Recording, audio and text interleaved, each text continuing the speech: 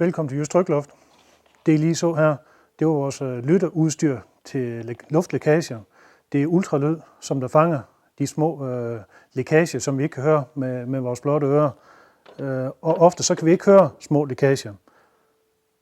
Små lækager, det kunne være noget på størrelse med 1 millimeter. Det er ikke det store, og det betyder ikke det store. Men det gør det alligevel. For trykluft, det er voldsomt dyrt.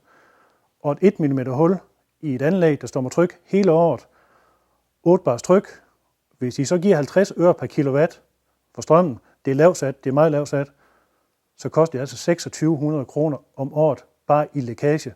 Og det var 1 mm hul, og det er svært at høre. Hvis vi har mange af de små 1 mm huller, og vi havner hen i noget, der svarer til 5 mm, som de bruger her, det er, så har vi en helt anden pris. Så lægger vi faktisk op på 63.000 kroner om året. Så for at vi kommer og laver en gennemgang, og lave en rapport på, hvad det skal udbedres, det er ofte tjent hjem endda på få måneder. Tak fordi I lytter med.